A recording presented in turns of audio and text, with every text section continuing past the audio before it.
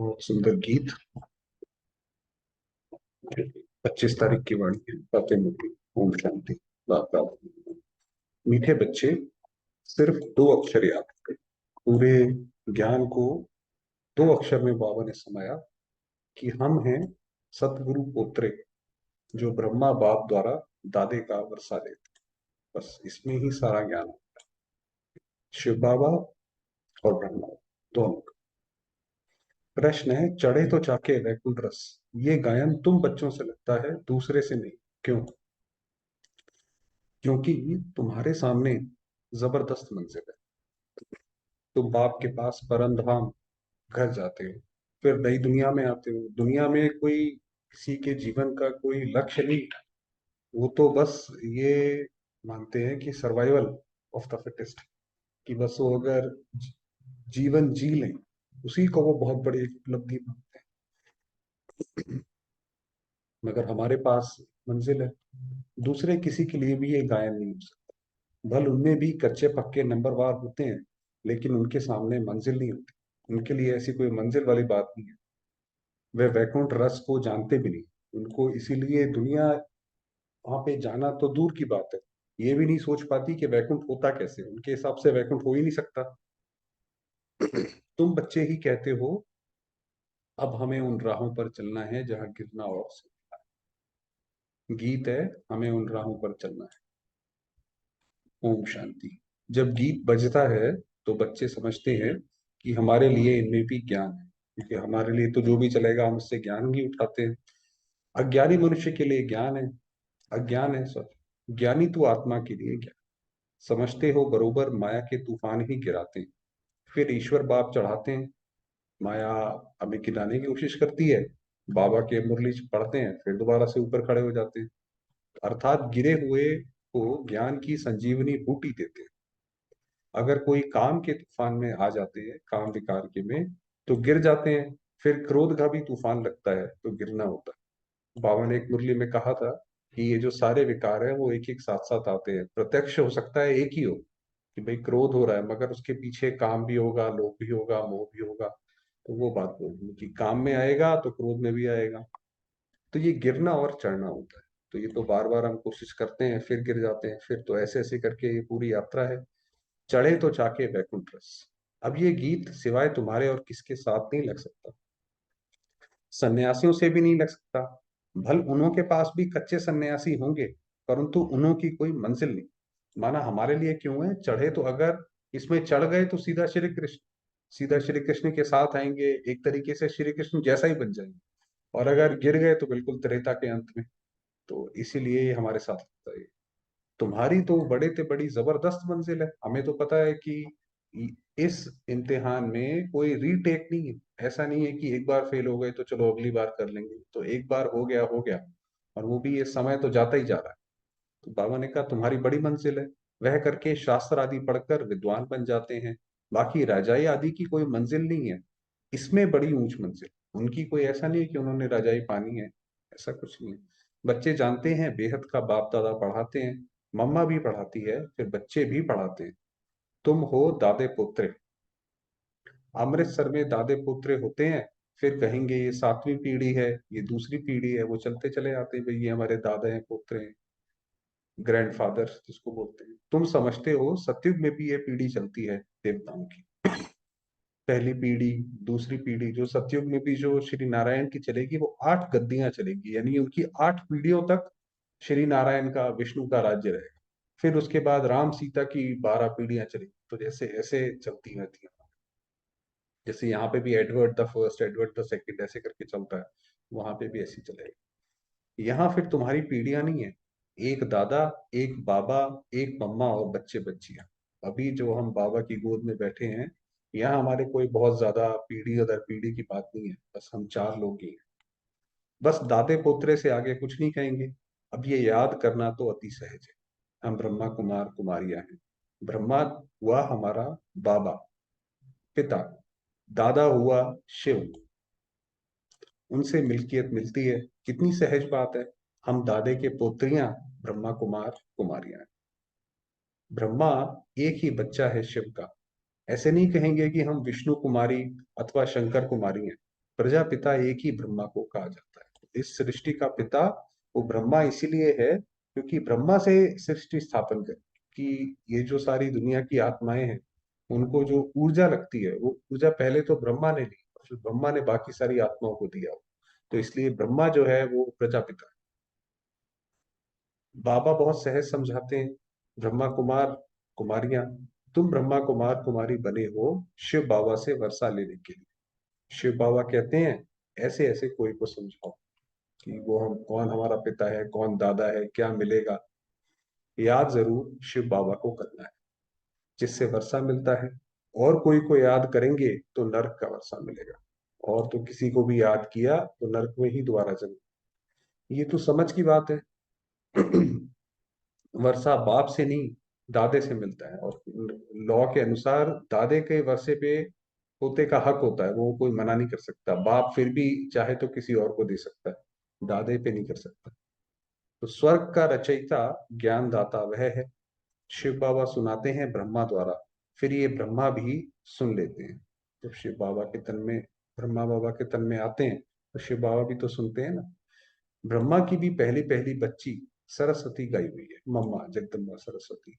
ब्रह्मा कुमारी सरस्वती जगत अम्बा कितनी गाई हुई है, वह ब्रह्मा से भी जास्ती वर्षा ले लेती है, क्योंकि ब्रह्मा बाबा तो 1937 में एक तरीके से बाबा उनके तन में आए, और 1969 में जाके संपूर्ण हुए। मम्मा तो उनसे पहले 10 साल पहले ही हो गई थी। इसलिए पहले लक्ष्मी फिर नारायण कहा जाता है, इसलिए लक्ष्मी नारायण सीताराम, इसीलिए वहां नाम पहले आता है। तुम जानते हो ये जगत अम्बा और जगत पिता के बच्चे ठहरे। तुम जानते हो हम जगत अम्बा और जगत पिता के बच्चे ठहरे, तो क्यों नहीं दादे से वर्षा ले लेने। हम ब्रह्मा कुमार कुमारियां दादे पोत्रे पोत्रियां हैं बस। दूसरी तीसरी पीढ़ी नहीं है, पर पोत्रे तर पोत्रे कुछ नहीं है। दादे को कौन नहीं याद करेगा। तुम जानते हो हम जितना याद करेंगे उतना विकर्म विनाश। तुम कोई को भी समझा सकते हो, शिव परमपिता परमात्मा स्वर्ग का रचयिता है। ये एक एक बात अपने आप में गहरी इसलिए है क्योंकि दुनिया वालों ने इसको बहुत अलग अलग तरीके से बनाया, जिससे और ही वो दुख में चले गए। तो बाबा जो दुनिया बनाता है वो ये वाली दुनिया नहीं बनाता जिसके अंदर इतनी हिंसा है, इतना दुख है। तो उनको लगता है भगवान को जैसे दुख पसंद है, ऐसा नहीं है। भगवान स्वर्ग का रचयिता है। बरोबर रचते हैं ब्रह्मा द्वारा, फिर ब्रह्मा कुमार कुमारी को ब्रह्मा द्वारा कहते हैं कि मुझे और वर्षे को याद करो। देह के सब संबंधों को भूल जाओ, अब जो है ये देह से न्यारे हो जाओ, इसकी किसी भी संबंध में अब पढ़ने की जरूरत नहीं है। कहा जाता है ना, आप मुए मर गई दुनिया। माना अगर हम मर गए तो हमारे लिए तो दुनिया आज ही खत्म हो गई। भाई विनाश जब होगा तो होगा, हम मर गए तो दुनिया खत्म। तो इसी तरीके से ऐसे ही योग लगाओ कि बस हमारा सब खत्म। आत्मा शरीर से अलग हो जाती है तो कुछ भी नहीं रहता, देह का अभिमान निकल जाता है। हम बाबा के पास आए हैं, फिर हम गोरा बनेंगे। अभी शाम है, शाम और सुंदर बनने का ये नाटक, जैसे रात और दिन का, शाम और सुंदर का ये नाटक है। आत्मा प्योर हसीन बनती है, अभी तुम्हारी आत्मा आयरन एजेंट बन गई है। तो शरीर भी ऐसे हैं, सतयुग में तुम गोरे थे। एक हसीन मुसाफिर आते हैं गोरा बनाने के, शिव बाबा की बात है कि गोरा बनाते हैं हमें आकर के। उनकी आत्मा तो सदैव गुरु, जो शिव बाबा है वो इस चक्र में नहीं आते हैं, इसीलिए वो सदैव गुरु, इसीलिए वो हमें यहाँ से निकाल पाते। भाई अगर कोई फिजिक्स में कहते हैं कि भाई जिस कुर्सी पे आप बैठे हो उसको आप उठा नहीं सकते हो, तो कोई दूसरा व्यक्ति चाहिए उठाने के लिए। तो उसी तरीके से शिव बाबा जो अलग है इस पूरे ड्रामा से, वो आकर निकालते हैं। कभी खाद नहीं पड़ती है क्योंकि वह जन्म मरण में नहीं आते हैं। कितना सहज कर समझाते हैं, फिर भी ऐसे दादे को भूल कर फारकती दे देते हैं। इसलिए बाबा कहते हैं महान से महान मूर्ख, और फिर सयाने से सयाने देखने हो तो याद है कि बाबा का ही हाथ छोड़ दिया। वो रामायण में आता है कि जब वो लंका जा रहे थे, बीच में समुद्र पड़ा, तो एक हर एक पत्थर पे राम राम बोलते गए, और वो पत्थर जैसे ही डाला वो पत्थर तैरने लग गया। तो राम ने देखा भाई ये ऐसे कैसे पत्थर तैरता है, पत्थर तो डूब जाता है, आपको पता है उसका वो डेंसिटी और बायंसी की वजह से। तो तो राम ने उठा के, राम उस पर लिखा और वो पत्थर छोड़ा और वो पत्थर डूब गया। तो किसी ने बोला कि प्रभु आपने जिसका हाथ छोड़ दिया, या जिसने आपका हाथ छोड़ दिया, वो कहाँ तैरेगा, वो तो डूब ही जाएगा। वो बात है कि बाबा का ही हाथ छोड़ दिया फिर तो इस दुनिया में तो बहुत दिक्कतें हैं। तो इसीलिए बाबा ने कहा महान से महान मूर्ख। मूर्ख भी ऐसे हैं जो अति सहज दो बातें भी नहीं समझ सकते हैं। सिर्फ समझना है हम आत्मा है, वह निराकार परमात्मा हमारा दादा है। ये प्रजापिता ब्रह्मा तो नामी ग्रामी है, उन द्वारा शिव बाबा वर्षा करते हैं। ब्रह्मा को छोड़ा, दादे को भी छोड़ा तो वर्षा खत्म हो जाएगा भाई। अगर छोड़ दिया फिर क्या रहेगा? वर्षा जो भी थोड़ा मोड़ा पहले करा होगा त्रेता में आ जाएंगे लास्ट में। बाबा कितना सहज करके समझाते हैं। हम हैं ब्रह्मा कुमार कुमारियां। ब्रह्मा विष्णु शंकर हैं सूक्ष्म वतनवासी। ये तीनों जो देवता हैं ये तो सूक्ष्म वतन में रहते हैं। उसमें भी ब्रह्मा को प्रजापिता कहते हैं। सूक्ष्म वतन में तो मनुष्य सृष्टि नहीं रची जाती। शंकर व विष्णु को प्रजापिता नहीं कह सकते। प्रजा का पिता तो जरूर यहाँ है। ब्रह्मा के मुख कमल से ब्राह्मण निकले। तो ब्राह्मणों से पूछो तुम किसकी वंशावली हो? ये सिर्फ गायन हो गया है, बाकी ऐसे है। वो तो बस जैसे कलयुग में सिर्फ नाम का, हर एक युग की अपनी एक विशेषता है। कलयुग में सिर्फ नाम की विशेषता। यहाँ पे बोल बहुत बड़े हैं, बाकी काम कुछ नहीं है। चाहे वो कोई भी ब्राह्मण भी हो तो उनको आप उनसे पूछो कि भाई ब्राह्मण तो ब्रह्मा के मुख से निकले, आप क्या ब्रह्मा के मुख से निकले? तो वो नहीं बता पाएंगे। अभी तुम जानते हो परम पिता परमात्मा ब्रह्मा द्वारा देवता क्षत्रिय धर्म स्थापन करते हैं। सो तो करेंगे संगम युग पर। संगम युग पर ब्राह्मण जरूर चाहिए। कलयुग अंत में है शूद्र। तुम बच्चों को कितना अच्छी रीति समझाया जाता है। श्रीमद तो मशहूर है, श्रीमद भगवत गीता तो कितनी मशहूर है। श्रीमद भगवत गीता, उनसे क्या सुनना होता है भाई? किसी ने गीता भी सुनी, पढ़ ली, वो कोई उसने ये थोड़ी सोचा कि इससे मुझे कुछ धारण भी करना है। वो तो उसको तो लगा कि श्री कृष्ण ने अर्जुन को बोला, मुझे थोड़ी बोला। श्री श्री ने ज्ञान सुनाया होगा, श्रेष्ठ ते श्रेष्ठ बनाया होगा। अभी तुम प्रैक्टिकल में बीके बने हो। तुम कहते हो बाप दादा हम कल्प पहले भी आपसे मिले थे। ये हर बार जब भी ये कल्प घूमेगा, ये हमारा सबसे बड़ा सौभाग्य है कि हम दोबारा से बाबा से मिलते हैं। हम दादे से अपना वर्षा लेने के लिए आए हैं। अच्छा उससे क्या बने थे? सूर्यवंशी या चंद्रवंशी? श्री नारायण को वरा था या श्री राम को? कहते हैं बाबा हम तो श्री नारायण को भरेंगे। अब जो है, क्योंकि सत्युग में जाएंगे तो वहां तो हर नारी लक्ष्मी और हर नर नारायण है। परंतु फिर भूल जाते हैं। जो इतना लायक बनाते हैं उनको भूल जाते हैं। दादे को व बाप को शल कोई भी ना भूले। आज जैसे अमृत वेले था, बहुत बहुत अच्छी वाणी बाबा ने बोला कि बाबा ने देखो कितनी रक्षा करी। पाकिस्तान में भी हो गया, सब लोगों को डर था, सब लोग छोड़ छोड़ के जा रहे थे, और आप लोग जो है खुशी में नाचे। तो बाबा ने कहा इसीलिए कोई भी ना भूले। झट फारगति दे देते हैं, याद नहीं करते हैं। याद नहीं करते हैं तो जैसे बाबा को छोड़ दिया। ज्ञान के दो अक्षर धारण नहीं करते हैं। हम सतगुरु पोत्रे अथवा दादे पोत्रे हैं। उनसे वर्षा लेते हैं पुरुषार्थ से। लौकिक बाप का वर्षा अथवा प्रॉपर्टी तो बांटी जाती है, यहाँ बांटने की चीज नहीं है। इसमें तो पुरुषार्थ करना। इसीलिए बाबा ने कहा ये स्कूल है। ऐसे नहीं कि शिव बाबा की प्रॉपर्टी है, उसके जितने बच्चे हैं सब में बराबर बराबर बांट दे।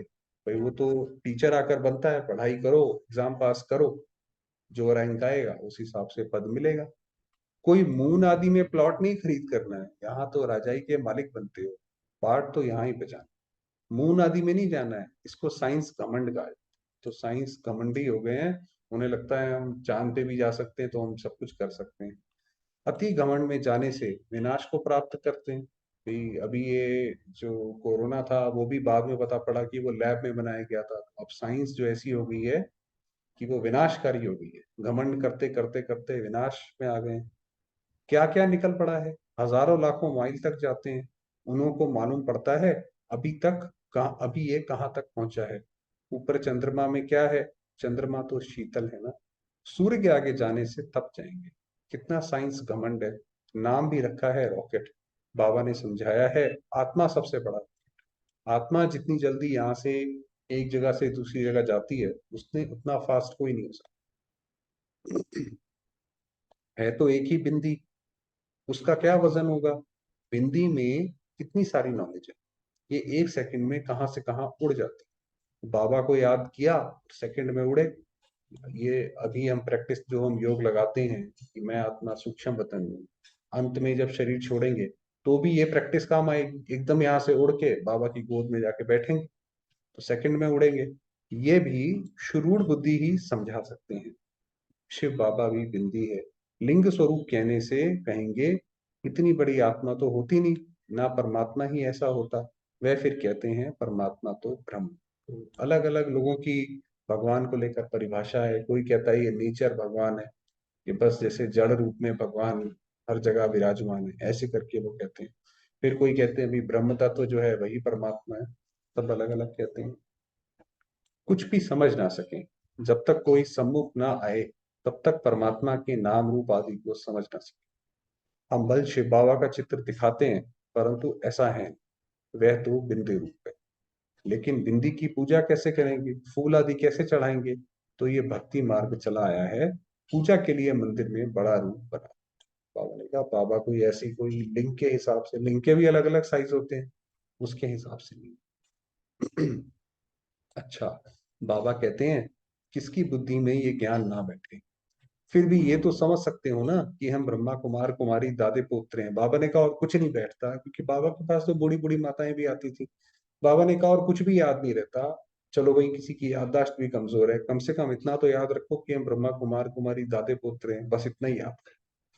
ऊंचते ऊंच शिव भगवान है, उनकी रचना को तो गॉड फादर नहीं कहेंगे, हम हैं उनके पोत्रे। वह कहते हैं मैं तुमको स्वर्ग का मालिक, तुम भी जानते हो हम अभी तमो प्रधान सांवरे। तो यानी जितना किसी के अंदर विकार होते हैं, उतना ही उसके अंदर वो कालापन आता है। तो हम सांवरे हैं, बाबा से सतो प्रधान भूरे बन गए। फिर काम चिता पर चढ़ने से सभी काले बन जाते हैं। एक मुरली थी, बाबा ने कहा कि बाबा सब बच्चों की लाइट का शरीर देख रहे हैं, अभिष्टा स्वरूप का शरीर होता है। तो बाबा ने कहा कई कई बच्चों के उस शरीर पे काले काले दाग है, जो विकारों के दाग है। तो बाबा ने कहा आपका शरीर कैसा है, ये अपने आप देखो। सभी काले बन जाते हैं, श्याम और सुंदर बनते हैं। अब फिर सतो प्रधान बनने के लिए बाप को याद। एक मुसाफिर कितनों को हसीन बनाते हैं, विश्व का मालिक बनाते हैं। सिर्फ कहते हैं मुझ बाप को याद करो, नहीं तो वर्षा कैसे मिलेगा। विक्रम विनाश के लिए योग अग्निज। जो मन में जो हमारे विकार बैठे हैं, या जो पहले जो हम कर चुके हैं, कुछ भी कैसा भी, तो उसको जब बाबा को याद करेंगे तब वो विक्रम विनाश होगा। घड़ी घड़ी याद करना है। कई समझते हैं हम बच्चे तो है ना, परंतु सारा दिन याद नहीं करेंगे तो विक्रम विनाश नहीं होंगे। मतलब कई समझते हैं कि हम बच्चे तो बन गए ना, देखो बाबा के हिसाब से ही तो चल रहे हैं, सेंटर पे भी जाते हैं, बस हो गया काम खत्म। तो बाबा ने कहा याद करना जरूरी है। खुशी का पारा नहीं चढ़ेगा, तो उनको फिर अगर बाबा को ही याद ही नहीं करेंगे तो खुशी नहीं रहेगी। 20-25 वर्ष वालों को भी ये बात बुद्धि में नहीं बैठती। माना अगर कभी हमारा मूड ऑफ होता है, हमें खुशी नहीं रहती है, तो इसका मतलब बाबा को जितना याद करना चाहिए उतना नहीं कर रहे, भूल जाते हैं। फिर पुरानी दुनिया में जाकर तकदीर को लकीर लगा देते हैं। तकदीर को लकीर लगाना माना जैसे खींच दिया कि भाई ये बाउंड्री होगी, बस इससे आगे नहीं जाएगी, तकदीर लगा दी। माँ बाप की गोद में आने से ही तकदीर शुरू होती है। जैसे ही हम जितना समय बाबा को याद करते हैं, बाबा की गोद में है, तो हमारा तकदीर का सितारा चमक। दुनिया में कैसा भी कुछ भी होगा, हमारा भाग्य हमारे कर्म जो है सामने रहेगा। मम्मा बाबा कहने से स्वर्ग के हकदार तो बने हो, बने ना। प्रजा भी कहती है ना हमारा हिंदुस्तान सबसे ऊंचा। अरे सबसे ऊंच होता तो फिर कर्जा क्यों उठाते, कंगाल क्यों बनते। तो बाबा कहते हैं ऐसे भी नहीं कि अब इस समय भारत की क्या हालत है फिर भी हम बोले हमारा भारत महान। तो वो तो रियलिटी को एक्सेप्ट करो और उसके लिए काम करो। सिर्फ आंखें बंद करके ये बोल देना कि हमारा भारत महान, उससे तो कोई किसी का कुछ भला होता नहीं है, ना कोई देश का भला होता है। यहाँ से बहुत धन ले गए, कारखानों से पैदाइश होती है, कारखाना ना निकालें तो कोई को नौकरी ना मिल सके, नौकरी ना मिले तो पालना कैसे करें, दुखी हो पड़े हैं। इसलिए भारत के लिए कितनी युक्ति रची है, बच्चों को बहुत दुख ना हो उसके लिए ये युक्ति है कि ले तो गए सब भारत से, फिर दोबारा जॉब्स वगैरह कर रहे हैं तो भारत के पास ही आए, कि जब देखा कि ये जॉब्स कहाँ हो सकती हैं, इनको सबसे अच्छा कौन कर सकता है, फिर दोबारा भारत के पास आए। यहाँ से कितने बाहर जाते हैं नौकरी करने, क्योंकि वहां पैसे बहुत मिलते हैं। बाप कहते हैं हमारा तो कांटों पर भी प्यार है। अब देखिए यहाँ पे शिव बाबा जो है पूरी दुनिया का जो पिता है, वो लिबरेटर है। तो बाबा ने कहा बाबा का कांटों से भी प्यार है। जो ऐसे बाबा के बच्चे हैं जो ज्ञान में नहीं भी चलते हैं, सारे विकर्म करते हैं, उनसे भी प्यार है। सब पतितों को आकर पावन करता हूँ। कांटों पर भी प्यार है तो कांटों से जो फूल बनते हैं उन पर भी प्यार है। हम जैसे बाबा के बच्चे बने तो हम कांटे से धीरे धीरे फूल बनते जाते हैं। ड्रामा अनुसार सबको सदगति देता। तो बाबा तो आया है तो सबको सदगति देगा। सबका सदगति दाता राम। तो सबका प्यारा हुआ ना, उसमें कांटे भी हैं, फूल भी हैं। आज बाबा ने बाकी बच्चों को भी याद किया, सबको याद किया। कायदे अनुसार स्वर्ग की स्थापना होती है तो उसके लिए लायक भी बना। ऐसा नहीं बाबा आए सीधा सीधा स्वर्ग स्थापन करके हमें वहां भेज दे। वो स्वर्ग क्या होगा, वो स्वर्ग में जाएंगे हम, फिर दोबारा से उसको नर्क बना देंगे, वहां पे भी फिर लड़ाई झगड़ा शुरू हो जाएगा। तो इसलिए लायक बनाना बहुत ज्यादा जरूरी है। कहते हैं ना, पतित पावन आओ, आकर पावन बनाओ। अभी तुम जानते हो पतित पावन बाप आए, भारत को खास और दुनिया को आम पावन। खास तो भारत के लिए आया है, बाकी सारे तो लोग अपने आप हो जाते हैं उसके साथ में बाय प्लॉट से। सर्वोदया लीडर नाम रखाया है। सर्वोदया माना सर्व पर दया करने वाला लीडर। शिव बाबा जो है वो सर्व पर दया कर, ये भी अपने पर नाम रख दिया है। जैसे श्री श्री 108 कहलाते हैं, वो जो कोई कोई ऐसी संस्थाएं हैं वो अपने आप को सर्वोदया लीडर कहती हैं। सर्व माना सब, कोई भी मनुष्य तो सबकी सदगति कर ना सके, ये तो किसी के मनुष्य से भी परे है ना। कि वो सर्वोदया वो ये सोच के रखवाते होंगे कि भाई हम सबकी सदगति करना चाहते हैं, मगर एक्चुअली में मनुष्य नहीं कर सकता, वो तो सिर्फ एक भगवान ही कर सकता। इसने कहा, बाबा ने कहा वो भगवान बाबा का नाम है। अच्छा, मीठे मीठे सिकी रहते बच्चों प्रति माता पिता बाप दादा का प्यार, गुड मॉर्निंग। रूहानी बाप की रूहानी बच्चों को नमस्ते। हम रूहानी बच्चों की रूहानी बाबा को प्यार प्यार और नमस्ते। धारणा के लिए मुख्य सारे, देह भान को भूलने के लिए जीते जी, अब हम ये दुनिया से, हमारा जो है पत्ता कट गया, अब हम चले वापस। आप मुए, मर गई दुनिया, हम इस दुनिया के लिए मर गए। बार बार इस देह से न्यारा होने की प्रैक्टिस करनी है।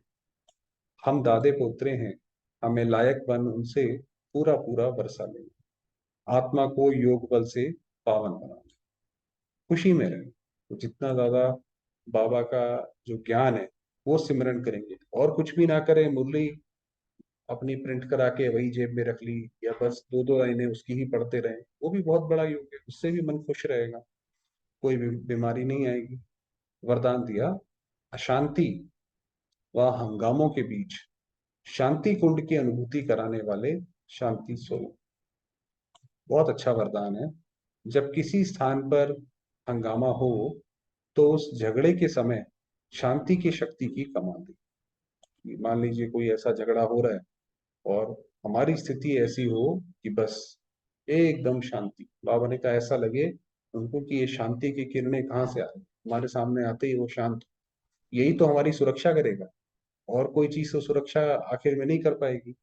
सबकी बुद्धि में आए कि यहाँ तो शांति का कुंड है। तो चाहे हमारा घर ऐसा हो, चाहे हमारा सेंटर ऐसा हो, हमारी अपनी स्थिति वैसी हो कि हमारे यहाँ आकर एकदम से आत्मा शांत हो जाए। शांति कुंड बन शांति की शक्ति फैलाओ, शांति स्वरूप होकर शांति कुंड का अनुभव करो। तो वो कब होगा, जब हम उस खुद शांति में रहेंगे। ऐसा नहीं है वो कि घर में ये पेंट कर दो, सुंदर बना दो, संगमरमर लगा दो, उससे कोई मतलब नहीं है। वातावरण की बात है। उस समय वाचा की सेवा नहीं कर सकते। अब इतना अगर दुनिया में शोर शराबा होगा, यदि ये दंगे वो दंगे, उस वक्त किसी को आप ज्ञान थोड़ी सुनाओगे कि आप आत्मा हो, ये दूसरा भाई है, उसके हाथ में तो तलवार होगी। तो उस वक्त हमारी अवस्था काम करेगी। लेकिन मनसा से शांति कुंड की प्रत्यक्षता कर सकते हैं। सबको वाइब्रेशन आने चाहिए कि बस यहाँ से शांति मिलेगी। तो ऐसा वायुमंडल बना। बाबा ने कहा आपको देखते ही, आपकी जगह पे आते ही उनको लगे यहीं पे शांति, यहाँ पे हम बैठ जाए थोड़ी देर। ऐसा बहुत बारी हुआ यार, हमने ग्रुप पे डाला भी था कि जब पहले लोग शोर मचाते थे तो जगदम्बा सरस्वती एक बार वो अंदर थी, और सारे भाई बहन बाहर रोक रहे थे सारे उनको। अगर उसमें से भी एक जो था वो थोड़ा शैतान था, वो अंदर भाग गया। तो उसने सोचा मैं बात करूं इनसे, मिलूं जा करके, तो बड़े गुस्से से गया। अंदर गया तो उसने देखा कि मम्मा जो है वो योग लगा। तो उसको लगा कि इनको योग से उठाना नहीं चाहिए, तो बैठ गया शांति से। पहले तो यही परिवर्तन आ गया। फिर उसके बाद बड़े प्यार से बोला, और फिर बाहर आया और बोला कि नहीं, ये तो शांति की देवी है। तो बाकी लोग जो थे वो डर के भाग गए। उन्हें लगा कि ये ब्रह्मा कुमारी, इसका जादू इसके ऊपर भी चढ़ गया, हमारे ऊपर भी ना चढ़ जाए। तो ऐसे करके था। तो कहने का मतलब ये है कि हमारी भी ऐसी स्थिति हो।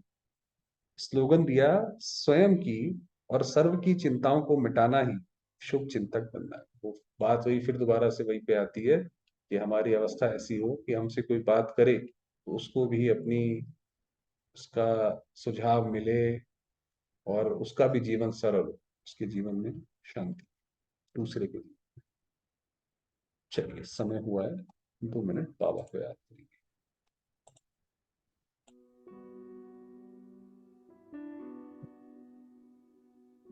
बस शांति में बाबा के सामने बैठे।